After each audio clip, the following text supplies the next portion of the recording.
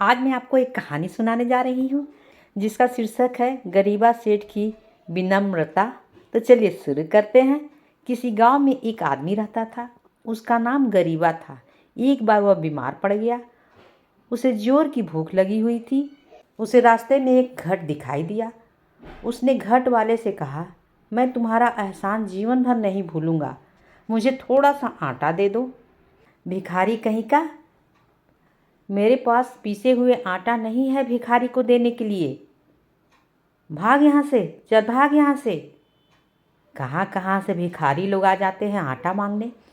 यह कहकर आटा वाले ने आटा झाड़ने वाले झाड़ू से गरीबा के सिर पर मार दिया।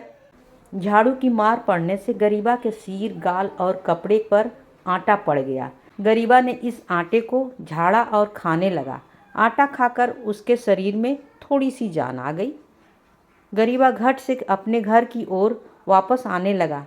रास्ते में उसे एक महात्मा मिला। महात्मा ने उससे भिक्षा मांगी।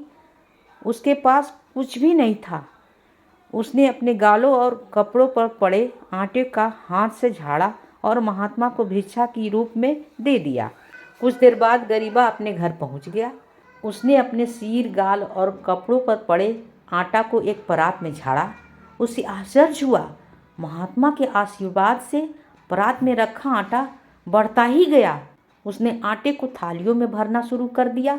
उसके पास आटे की बहुत सारी बोरियां थीं, थैलियां थीं। उसे भी उसने भर दिया। उसने कुछ थैलियां अपने लिए रख दी। आटा से भरे हुए कुछ थैलियां अपने घर रख ली और बाकी सारा आटा बेच दिया। इससे उसने बहुत सारा धन कमा लिया। अब उसने धन को उधार देना भी शुरू कर दिया। अब वह गरीब आदमी गरीबा सेठ के नाम से वह जाना जाने लगा। एक साल भयंकर सूखा पड़ा। घराटों का पानी भी सूख गया। खेत में गेहूं की उपज भी नहीं हुई। घट वाले को खाने के लिए लाले पड़ गए। किसी ने उसे सलाह दी कि जाए और गरीबा सेठ से कुछ उधार मांगे।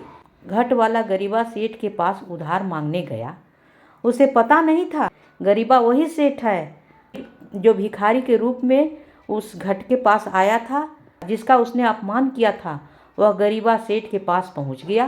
गरीबा सेठ ने घट वाले को पहचान लिया। वह घट वाले के पैर छूते हुए बोला, तुम्हें याद है, तुमने उस दिन मुझ पर घट के झाड़ू से मारा था। झाड़ू से मारते समय जो आटा मेरे सिर और गाल और कपड़े पर पड़ा, मैंने उसे जमा किया।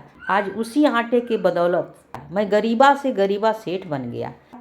गरीबा सेठ की विनम्रता और उदारता से घट वाला लज्जित हुआ।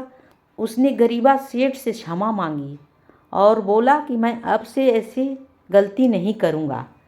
कहानी होती है समाप्त।